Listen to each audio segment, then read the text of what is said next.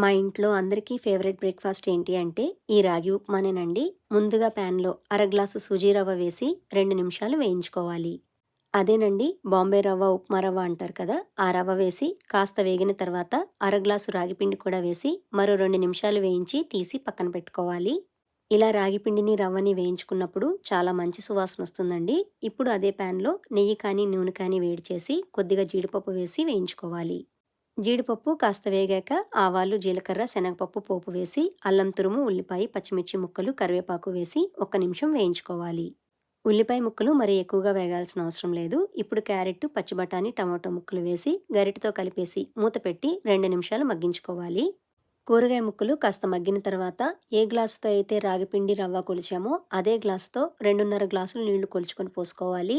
ఇందులోనే మీ రుచికి తగ్గ ఉప్పు, కొద్దిగా కొత్తిమీర వేసుకొని నీళ్లు ఒక పొంగొచ్చే వరకు మరిగించుకొని, వేయించుకున్న రవ్వ, రాగిపిండిని కొద్ది కొద్దిగా వేసుకుంటూ ఇలా అంతా బాగా కలిసేలాగా గరిటెతో కలిపేసుకొని మూత పెట్టి 4, 5 నిమిషాలు మగ్గించుకోవాలి.